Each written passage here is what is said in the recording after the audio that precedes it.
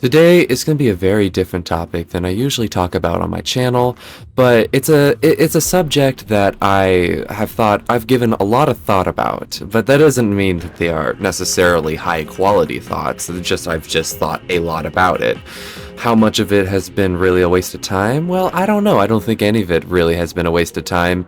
It's been quite a few years in the making of me thinking over what is gender. As you've probably have read the title of this video, it's probably going to be titled something about a queer gender theory, because I have a theory about what is gender, and it does not fall neatly within the queer mainstream idea of what is gender in the queer community.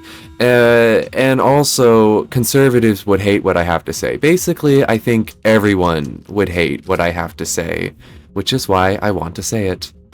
I've gone through many working hypotheses on how to treat gender and how to treat the emerging phenomena of people identifying outside of the gender binary identities.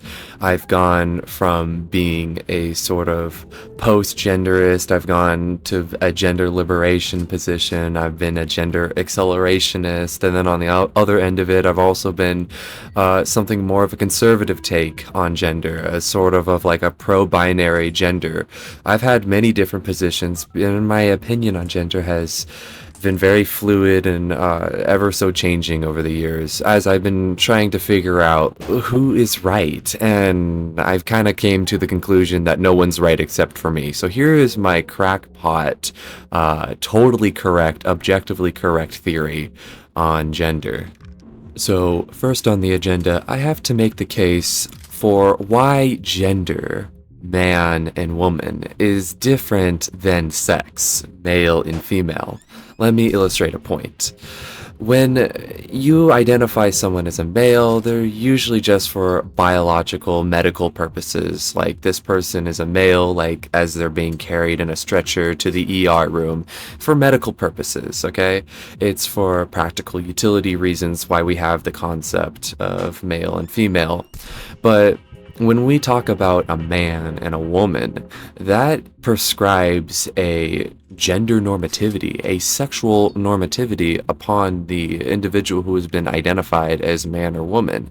When someone speaks of manhood or womanhood, they're really speaking of normativities being placed upon these individuals who've been assigned this identity, which is very different than being called a male. If you're being called a male, it's very different than being called a man. Yes, a man, typically, I guess, most people would say a man, a cis man, you could say, is assigned based on his based on the fact that he is a male. But when, let's say, a father is instilling his values into his son, he's not going to say to his son, act like a male. He's going to say to his son, act like a man. Same thing when a mother does to her daughter. It's like, you need to act more like a woman. And these prescribe certain normativities of masculinity for males and femininity for females. Now, the idea of what it is to be a man or to be a woman, the ideas of masculinity or femininity, the content of these ideas varies from culture and from time. But here in the modern West, it typically goes something like this. To be masculine is to be independent, self-sufficient, autonomous, and stoic. That you're physically and emotionally resilient as a protector. You're competent and rational, decisive, logical, goal-oriented, and that you can take ambitious leadership and dominance in social settings, and you're a bit of a risk taker, and you are a provider. You have a financially and resource-based responsibility, and also, just to emphasize more on the stoicism, you know, like to really control your emotions. People view women as the more emotional gender. But for women, it's typically the normativity imposed and expected of women is to be more nurturing and caring and empathetic, and that they're supposed to be beautiful and pretty, and that they're emotionally intelligent, but they are also very emotional too, and they're very sensitive. And they also, it depends on where the subculture you are. Could either depend that we could encourage women to be promiscuous, or the opposite, to be modest. That just really depends on the subculture. And of course, that goes for men too. The type of normativity on how men should behave also is influenced by the subculture. Again, these are broad generalities, and there are obviously exceptions to the rule, but I'm pretty sure that we can all relate to what I've described as a more or less universal experience.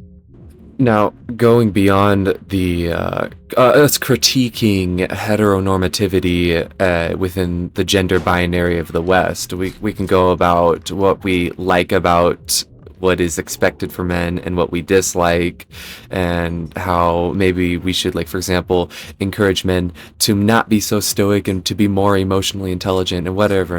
We can talk about how we evaluate these normativity, but just to be more value free, like, what is the purpose of why do we see this normativity being expected of individuals? Well, notice that these normativities are expecting the behavior of what we could regard within the Western society as a well-rounded father or mother. That these traits are what we would find in a typically healthy parenthood dynamic between a mother and a father, so that they can instill the proper both masculine and feminine values in both a son and a daughter. Typically, the nuclear family dynamic goes like this: that the father is the provider and provides for the family, and the mother's the caregiver that take care of the household and the children. And that's usually how it works. And so when a woman is, say, for example, flirting with a man, implicitly there is a game going on where the woman is finding the traits of a good, healthy, quality fatherhood in the man that they're flirting with. And so they're testing for things as they're flirting to see if a man could be a good provider. A woman wants someone who's tall and strong, could be supportive for a whole family. Even if the woman who is flirting does not necessarily even want to have a family at the moment, or if at all, the biological tendencies are there, I would say. The biological tendencies are there for a woman to look for the traits of a fatherhood in a man, and vice versa. When a man is flirting with a woman, he's also looking for the qualities of a mother when they're flirting with a woman, even if he doesn't even want a family right now or later in the future. This is a biological tendency, and I believe that biological tendency is nestled in the neurology of heterosexual, neurotypically typical individuals, which is the majority of the population. Gender normativity also extends beyond flirting between a heterosexual female and a heterosexual male. It also is enforced within a same-sex social group. Men in a social context with other men would also implicitly and unconsciously impose gender norms upon their male peers, encouraging them to do masculine things or discouraging them when they do feminine things, and vice versa for women. That they encourage women in their social groups encourage other women to act more feminine, and discourage them from acting more masculine, typically, generally, of course. To illustrate my point, let me just make up a story on the spot. Let's pretend that, like, let me put it like this. Pav, you have a man purse, and I'm making fun of you for having a man purse. What the fuck is that, brother? What is that, a fucking purse? Are you fucking sissy? You get the point. I'm exaggerating here, but you get the point.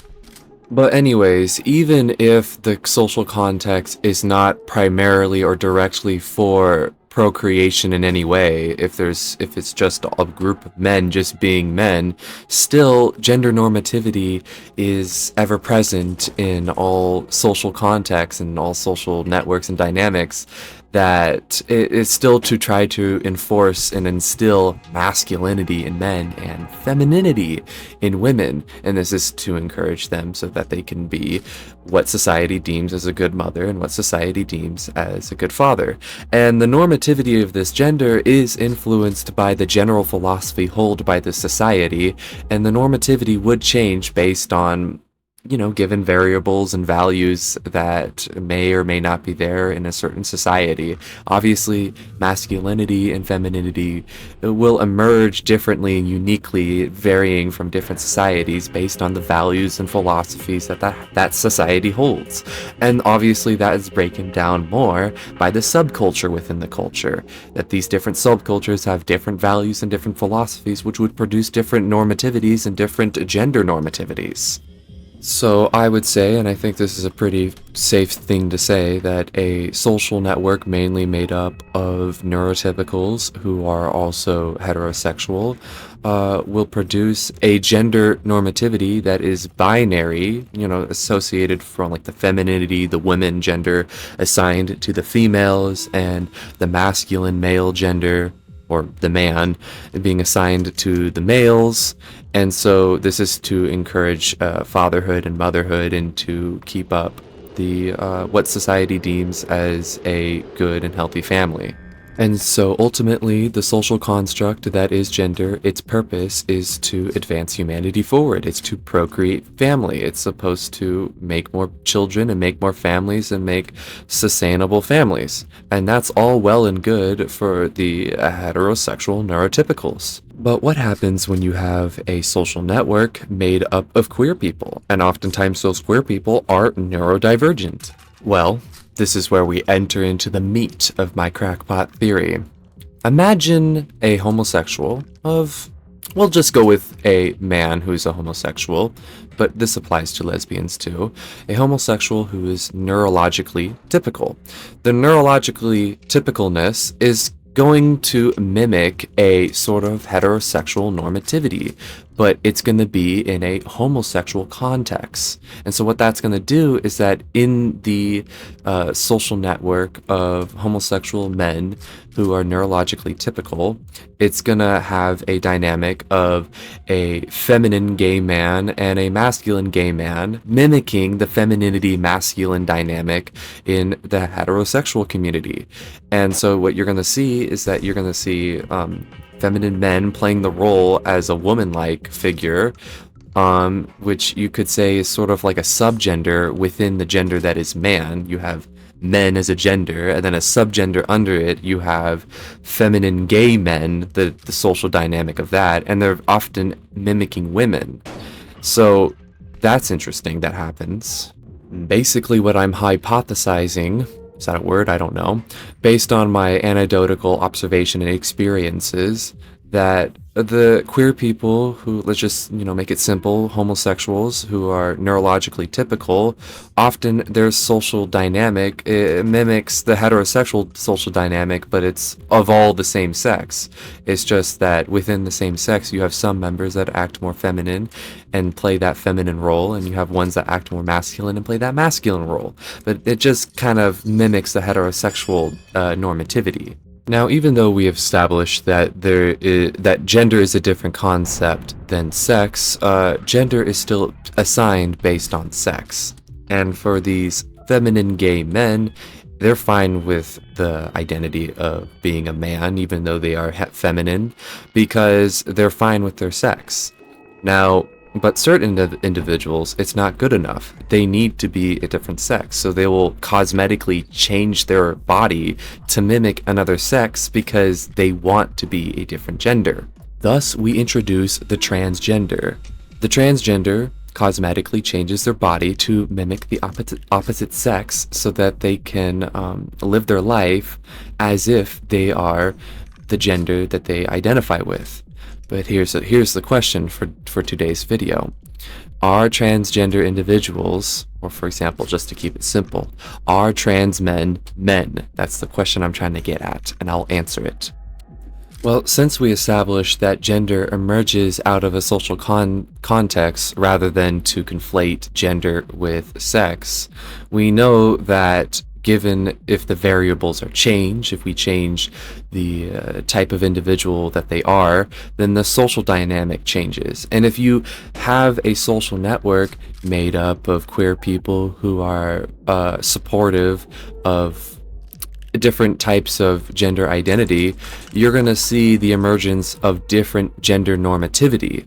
So Basically what I'm saying is that trans men are men within the context of their social network, their queer social network. But if you place a trans man outside of their social context into a different social network out of context, then the question is not applicable to ask if they are a man or not, because they're outside of their social context. They belong in their social context, their specific subculture of the queer community that they belong to, that they want to subscribe to.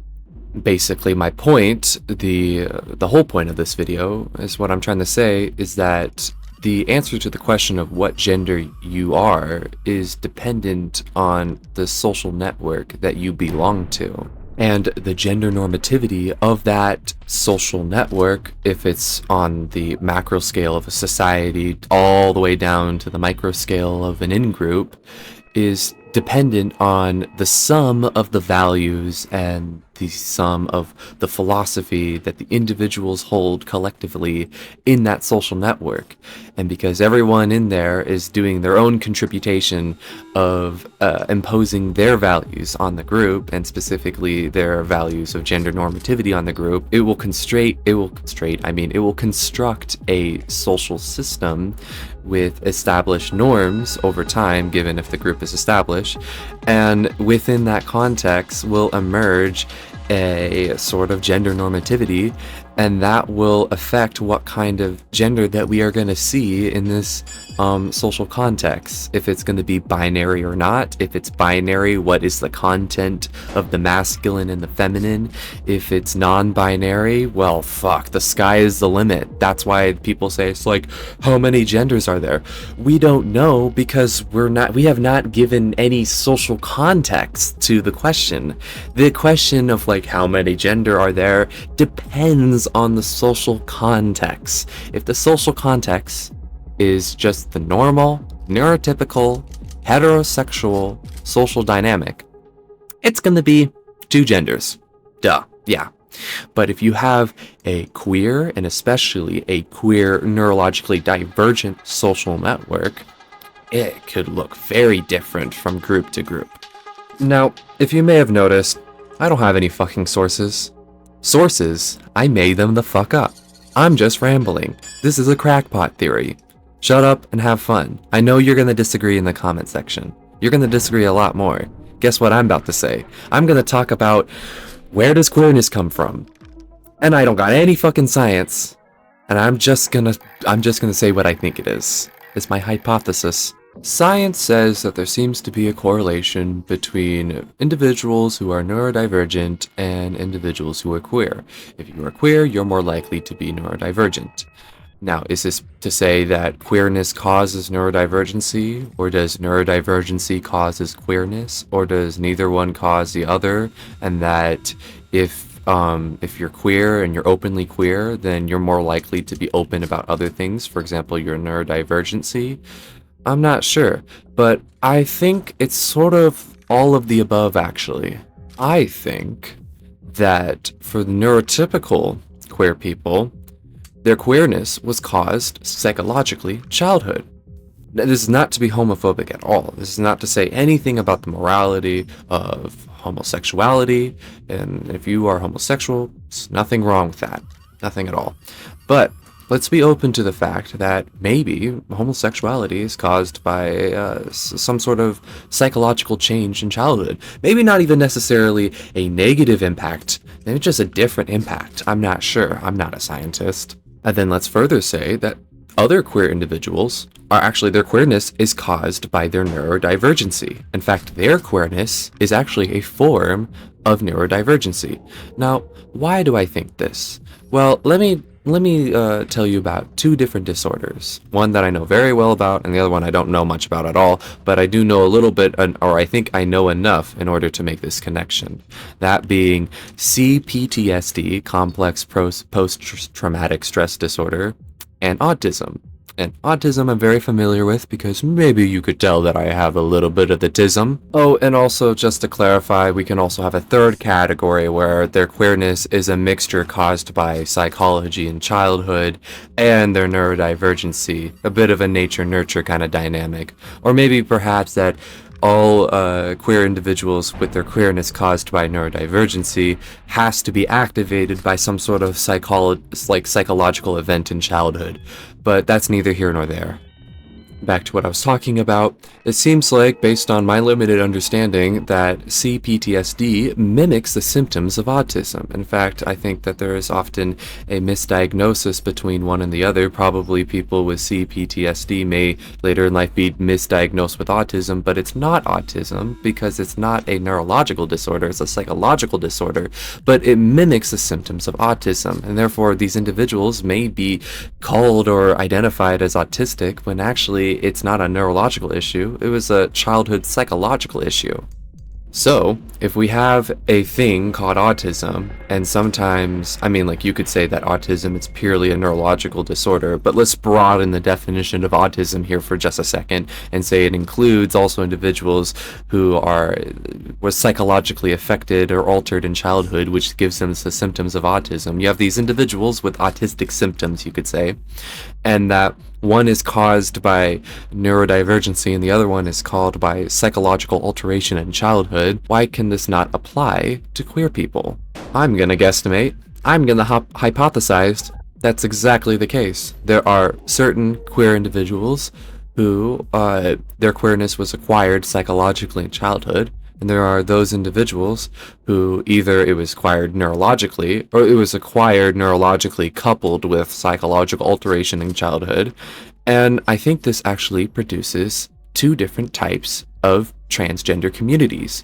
The mainstream transgender, which is typically within a binary context, that being that you have a man who wants to be a woman or you have a woman who wants to be a man.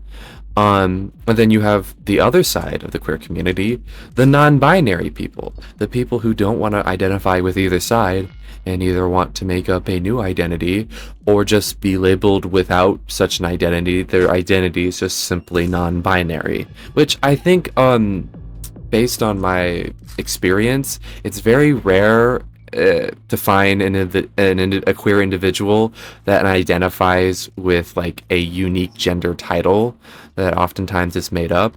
Oftentimes, most non-binary people are just simply non-binary and they just want to be labeled as non-binary.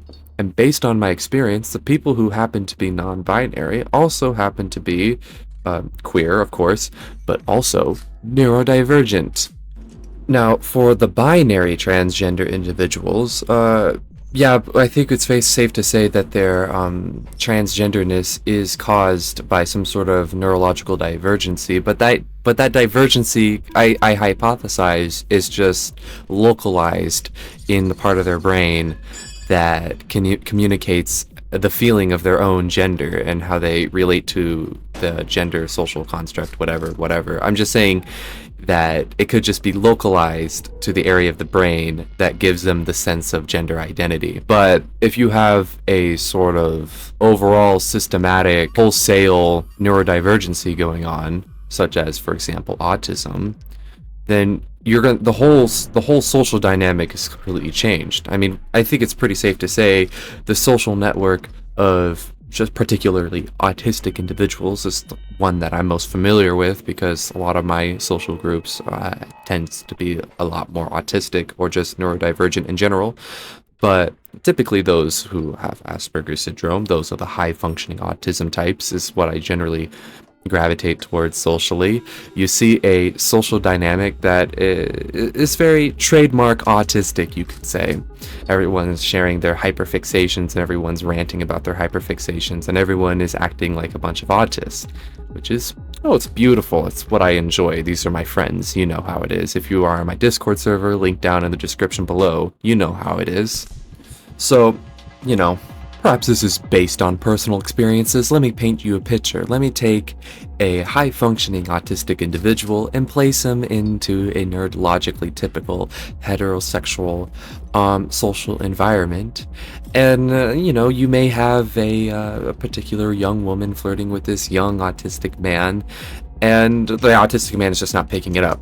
Even worse than your typical heterosexual male. It's not picking it up at all, because the way that the autistic individual's brain is wired not for this social context. And so there's going to be disorders that are about to arise. That's why we label autism as a disorder, not because there's anything wrong with the autistic individual themselves, but because they're outside of their social context. Obviously removing other aspects of the disorders which are more intrinsically disorders in themselves, such as, for example, misophonia. Or alternatively, the autistic man does get it, but he is not responding back in the ideal way how the woman would want them to respond. The neurologically typical woman wants them to respond, and so the autistic man's behavior is turning off the woman because he is removed out of his social context. Now, if you place an autistic individual in the right environment, both socially and non-socially, an autistic individual can thrive. An autistic individual in the dating scene can thrive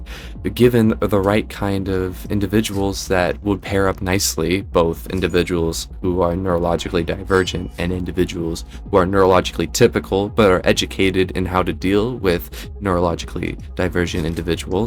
You can get much more success, but what emerges out of that, the social dynamic, is very different. I would say it's very different from the heterosexual neurologically typical social dynamic.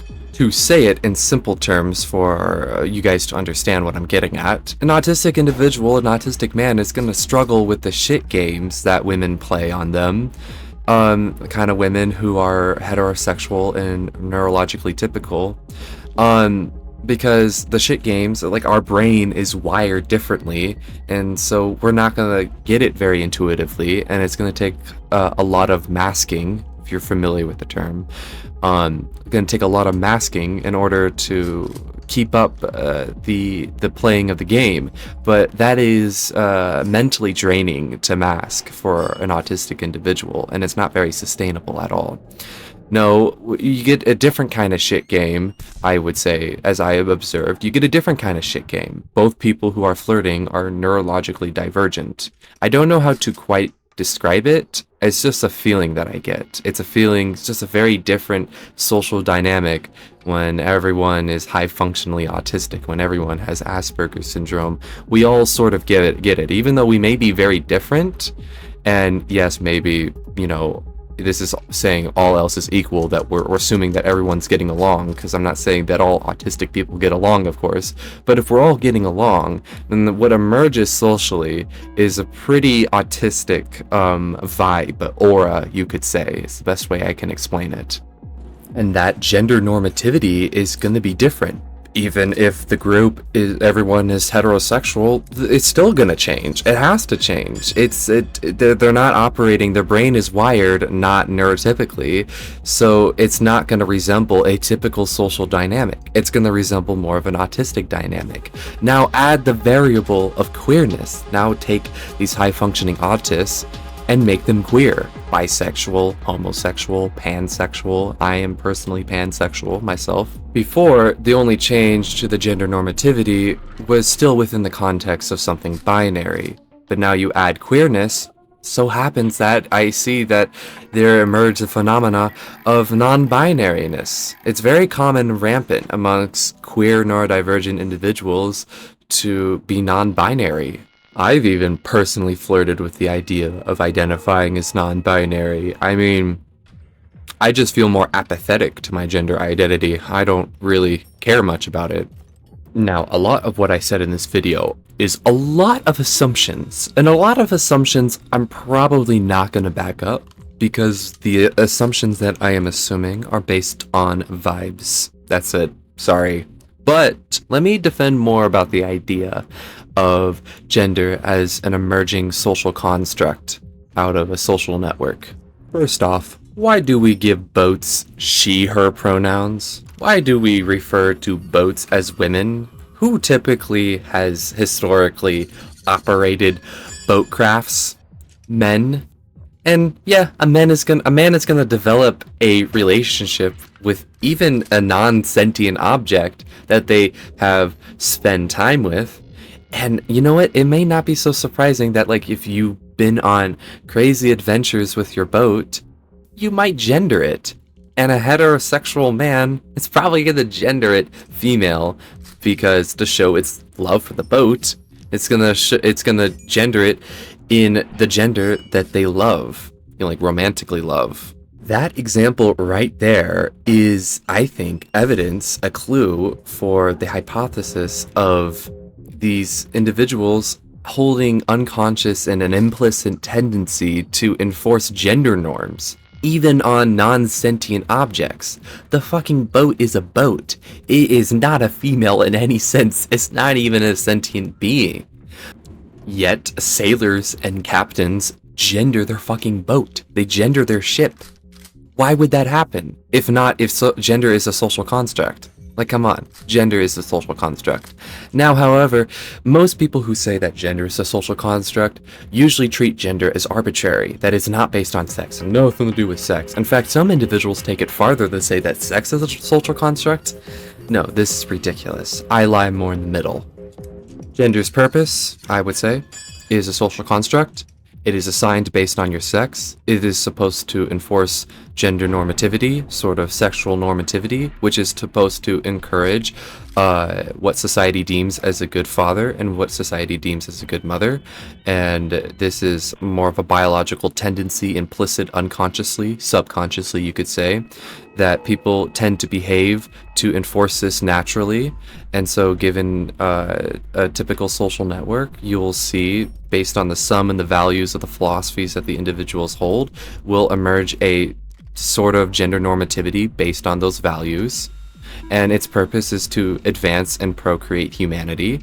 And I guess further, if we want to philosophize more about this, then like whatever is the correct values and the correct philosophy, which would produce the most useful gender norm that we would want to establish as expected for these individuals, which would produce optimized father and mother, which would produce the most optimized family, which would be optimally the best for humanity to advance forward progressively in the best way. But this kind of all falls apart. The whole purpose of this kind of falls apart when you have individuals who are queer, who oftentimes don't even have the means to procreate, especially if they are homosexual, let alone even obviously a decreased desire to even want to start families, probably some sort of psychological, neurological mixture, and varies from individual to individual. So now you have gender, and now it's removed from its purpose. Gender acts as a sort of, I guess what I'm trying to say for the queer community, now gender is laissez-faire. It is roaming about freely and floating freely without its biological purpose intended for.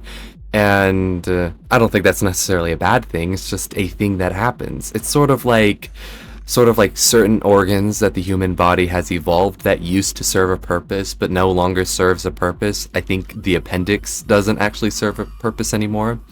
And no, it may cause some problems for most individuals. Just having an appendix is fine. It's more of just a useless organ. I hope I'm correct on this. I hope I'm not spreading some sort of misinformation. Maybe I should Google this. Okay.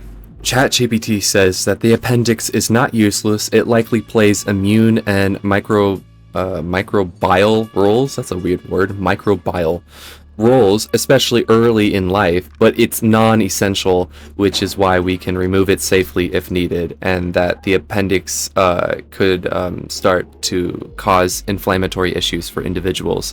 So I guess that's kind of like how I see gender. Gender for queer people is like an appendix. It serves some purpose, but it lost its essentialness long ago. You know, just like how our primordial ancestors were herbivores, so we needed that appendix for, because we used to be herbivores, but we evolved past it. And so, sort of like how I see gender within the queer community. Gender in the queer community, it just so happens to be there. It emerges naturally, but because it emerges in a very queer way, because they're queers, then it's going to be a queer social normativity that heterosexuals are not going to get. And while gender serves a very vital, essential roles for the heterosexuals to advance humanity, gender serves as a more of a ceremonial. What word am I thinking? I don't know. I have trouble speaking, apraxia, speech and everything. Anyways, time to wrap up this video. I don't know how to make a conclusion. I sort of lost my train of thought. I hope the fan for my computer is not too loud. I was trying to control the fan EQ and the fan control settings. Hopefully it doesn't sound so shitty in the video. Hope you guys like these rant type of videos. Anyways, I'm gonna go. Bye. Oh wait, I forgot to mention. I have a coffee. You can give me money. I have a Discord. You can join the Discord. That'd be pretty cool. You can like the video. That would make me feel better. Subscribing would really make me feel better. Commenting why I'm wrong would make me feel not as good. But it's healthy, because constructive criticism is good.